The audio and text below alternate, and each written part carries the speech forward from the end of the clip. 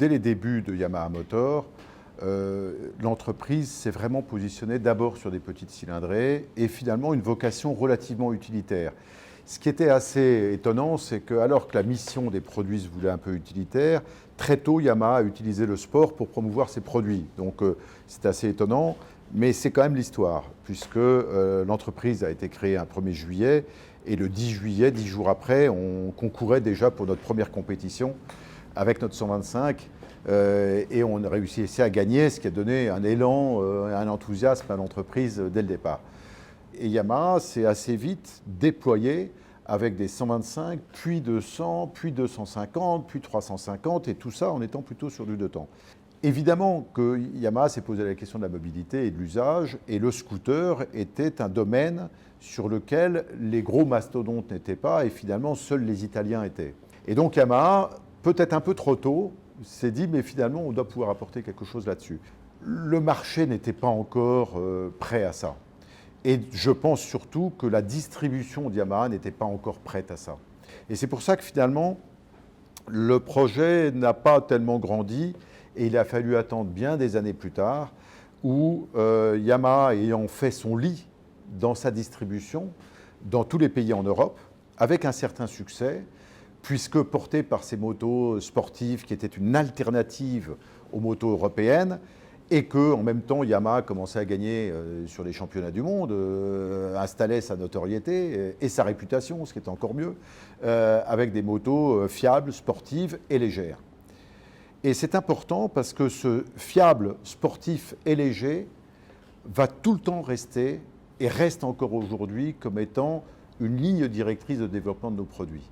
Et lorsqu'on est revenu sur des engins plus utilitaires, c'est lorsque Yamaha était devenu déjà un concurrent au numéro 1 en France, à la fin des années 70, où on s'est retrouvé avec le boom de la 125 cm3, le boom de la moto loisir, et où on a vu poindre des alternatives à la mobilette. Et Yamaha est arrivé avec un véhicule qui a marqué, qui était quand même le Chapi, qui a été finalement cette espèce de symbiose ou de tentative entre la culture moto et la culture scooter, avec ses grosses roues sympathiques, hauteur de selle basse et permettant de conquérir un public nouveau. Et donc c'est ce qui a installé progressivement une culture scooter que Yamaha n'avait pas au départ.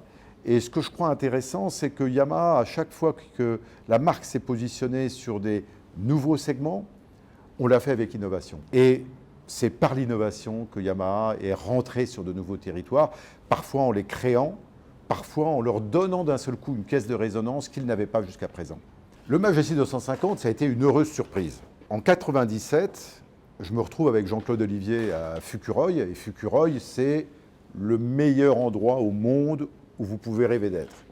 C'est le circuit d'essai privé de Yamaha, qui est un circuit qui fait un peu plus de 6 km de long, et sur lequel chaque virage vous raconte une histoire sur le produit que vous testez. Et donc, on se retrouve en 1997 avec Jean-Claude Olivier, et on venait principalement pour essayer la nouvelle R1. Et puis, il y avait un deuxième atelier, et on découvre le Majesty 250. Et je me souviens, évidemment, nous, on était focalisés sur notre R1, mais on passe sur le Majesty. Et là, d'un seul coup, une heureuse surprise. On s'est dit, quand même, ce truc, c'est vachement bien. Et je me souviens dans l'avion avec Jean-Claude, notamment le soir dans le bus, quand on rentrait à l'hôtel, je lui disais, Jean-Claude, quand vous étiez derrière moi, c'était incroyable. Je voyais une moto. Et je me souviens, c'est ce qui m'avait marqué. C'est que dans les rétros, quand on était suivi par le Majesty 250, on se surprenait à ce que ça ressemble à une moto. Et donc, c'était la première fois qu'un scooter ressemblait à une moto. Et à la limite, on se foutait des performances. Ça allait bien. Il y avait déjà un grand coffre sous la selle, il y avait beaucoup de fonctionnalités. La position, contrairement au Spazio de chez Honda, était une position qui pouvait être soit assise, soit avec les pieds en avant. Donc on avait le choix de sa position. Et ce qui permettait donc d'avoir un guidage de la machine qui ressemblait plus à une moto qu'à un scooter. Et il y avait déjà une certaine rigueur de châssis, une certaine rigueur de suspension et des performances qui étaient honorables. Ça montait, ça faisait 21 chevaux, donc ça roulait chrono à 125, 128, mais qui déjà permet de faire des choses. Et en fait, on a été très marqué par ce Majesty 250. Et ce jour-là, en 97, on a dit aux Japonais, attendez, mais là, vous avez fait que la moitié du chemin. Imaginez le même mais en double. 250, faites-moi un bicylindre 500. Et là, waouh, ça va être formidable. Bon. Et c'est rentré dans une oreille. Et donc, très vite, le Japon nous a dit, bon, ok, on va travailler dessus. Et alors, en 97, ça part, 98, 99, ça travaille, et on voit déjà les premiers sketchs sortir. Et en fait, la discussion sur la cylindrée, elle n'a quasiment pas existé.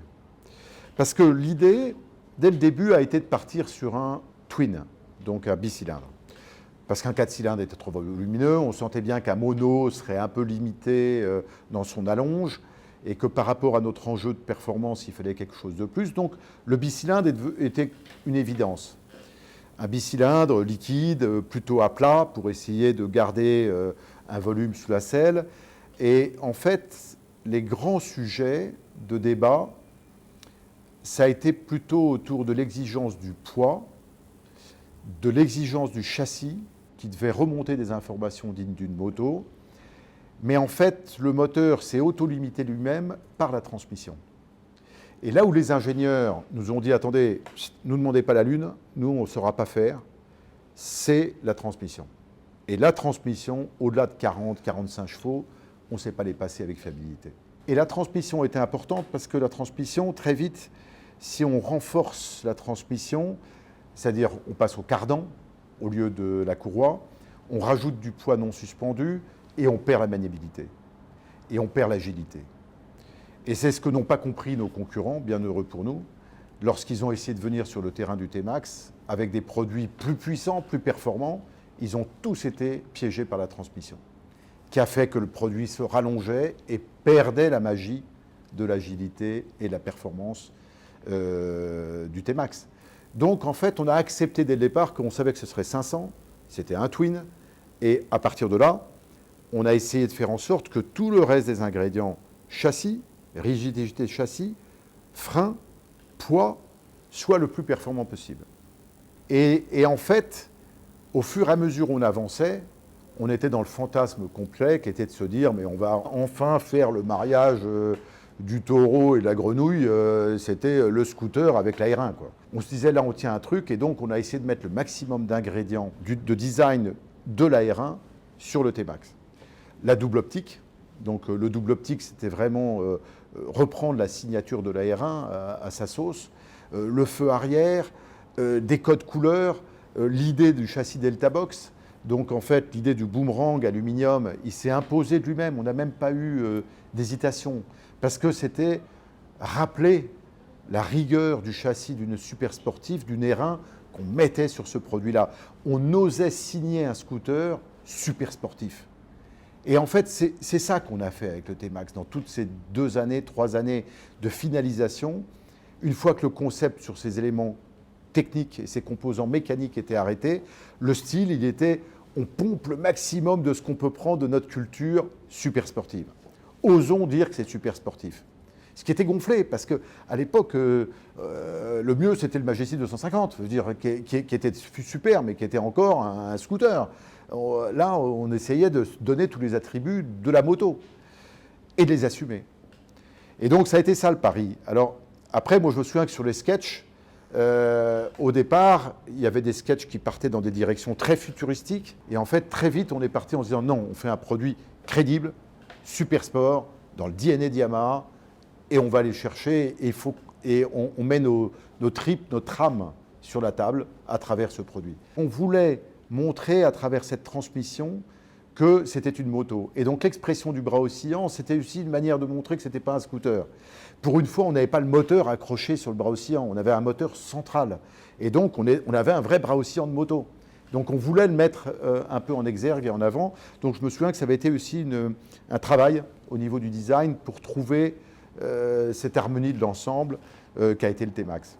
Alors après, il y avait le choix des couleurs, parce qu'au fur et à mesure où on se rapprochait du lancement, habituellement, on travaille toujours avec 3 couleurs chez Yamaha, et il y a une couleur qui est la couleur dite de communication, qui est la couleur d'impact, celle sur laquelle on va plutôt privilégier la visibilité du produit, ce sera sa couleur des essais presse en général, et on s'est posé la question. Le bleu commençait déjà à poindre comme étant une couleur Racing. Mais il faut se souvenir que fin des années 90, on avait encore l'empreinte assez importante des pilotes américains. Et la couleur Yamaha US Racing, c'était le jaune et noir. Et donc, je ne sais pas pourquoi, mais on a tilté là-dessus en se disant, allez, on n'est pas factory rouge et blanc quand même, mais on est jaune, ça claque. Il y a un petit relent de notre âme Racing, Sport. US, ça crâne un peu, on va un peu faire les flambeurs, on tente le coup. Et ça a marché. C'est parti tout de suite. Et moi, je me souviens, là encore, moi j'utilisais un T-Max au départ et Cepress. Je travaillais à Saint-Ouen-au-Mont, j'habitais dans Paris, et donc je traversais Paris tous les jours. Et je me souviens, les premières semaines, mon gros jeu, c'était au feu rouge de viser dès que j'avais une super sportive. Parce qu'il faut se souvenir qu'à cette époque-là, dans Paris, dans un usage quotidien, on voyait des gens rouler en super sportive au quotidien. Avec des R1, des GSXR, des tout ça, ça roulait et au feu rouge. Et je me souviens, mon gros truc, c'était de les atomiser, rue de Rivoli ou ici à la Grande Armée, parce que les gars ne s'y attendaient pas. Ils voyaient un scooter, ils ne regardaient même pas. Et moi, évidemment, je faisais le mec endormi, mais qui regardait le feu de côté. J'étais prêt, et quand c'était vert, j'avais ouvert en grand. Et les mecs, je les atomisais. Entre deux feux rue de Rivoli, c'était bon. Et les mecs, au bout de deux feux, en général, ils s'arrêtaient, ils me disaient, mais c'est quoi ton truc et tout tu connais pas? Non, ouais, c'est un scooter, c'est sympa et tout. Et les gars, ils étaient sur le derrière.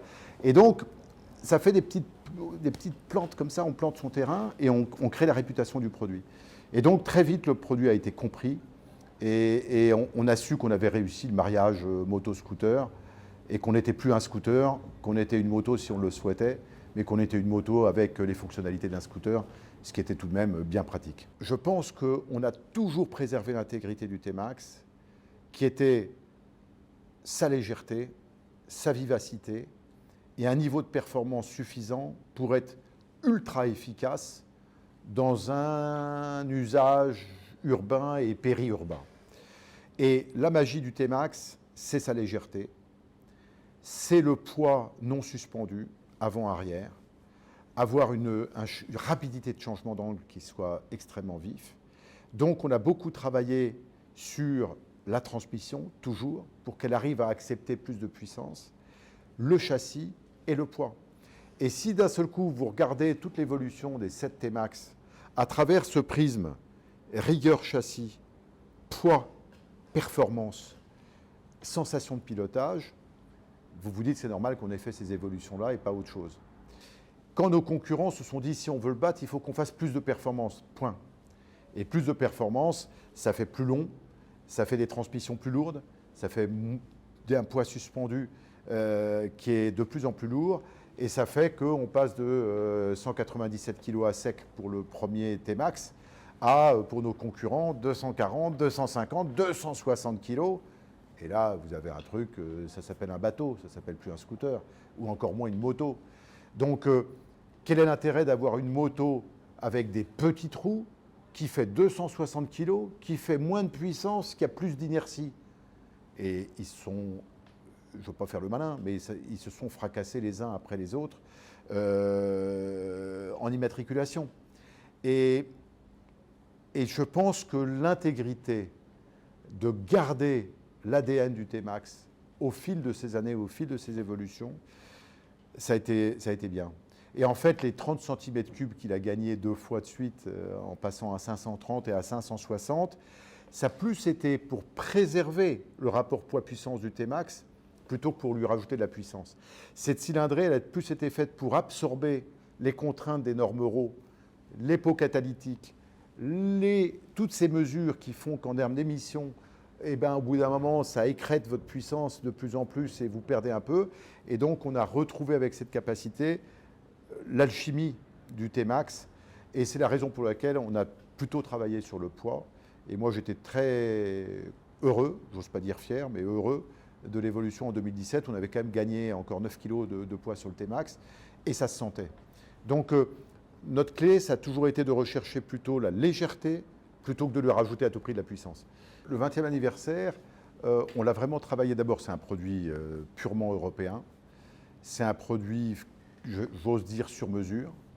C'est un produit quasi made in France. Il n'y a pas que l'industrie du luxe, il y a aussi l'industrie du T-Max 20e anniversaire en France, puisqu'il est produit chez MBK. On a voulu rester dans quelque chose de très exclusif, parce qu'il y en a 560 qui sont produits, et dont les codes rappellent des périodes du T-Max en essayant de les sublimer. On voulait qu'il soit élégant, mais super performant et super sharp. Et pour quelqu'un qui a l'œil, se dire « waouh, il y a des pièces que je n'ai jamais vues ailleurs ». Donc on est parti de l'inspiration de cette nouvelle texture de carbone, et toute la finition, tout le travail de ponçage, de finition, de vernis et de peinture est fait par nous, à la main, chacun. Donc on a recruté des peintres spécifiques pour ça. Au niveau du coloris, on a souhaité souligner avec un clin d'œil au jaune de la première édition. Donc c'est le même jaune, et c'est pour ça qu'on a un filet 20e anniversaire et qu'on a juste cette petite touch de jaune, mais qui est le clin d'œil à 20 ans avant. Mais qu'on a quand même joué sur la selle, sur la texture de la selle, sur les petits, évidemment, logos 20e anniversaire. Donc on a essayé de faire vraiment un produit qui soit esthétique, très exclusif, et dont les éléments techniques ne sont pas accessibles en accessoires. Donc on voulait cette forme d'exclusivité comme un cadeau à nos clients les plus loyaux, et leur donner un produit aussi exclusif, c'était une manière de leur faire un clin d'œil appuyé, et qu'ils ont compris. Ce que l'on va continuer à faire, c'est à nourrir, entretenir, soutenir le T-Max en fonction de l'ADN qu'on a décrit aujourd'hui, et qui reste, je crois, encore très moderne, très contemporain et très valorisant et valeureux pour l'avenir. Alors peut-être que le T-Max sera un jour hybride, évidemment qu'il faudra intégrer de l'écologiquement responsable sur un T-Max. La chance de la moto, c'est sa créativité, et en tout cas en ce qui concerne Yamaha, on ne souhaite pas la brider. Et c'est ça qu'il faut savoir respecter et faire perdurer.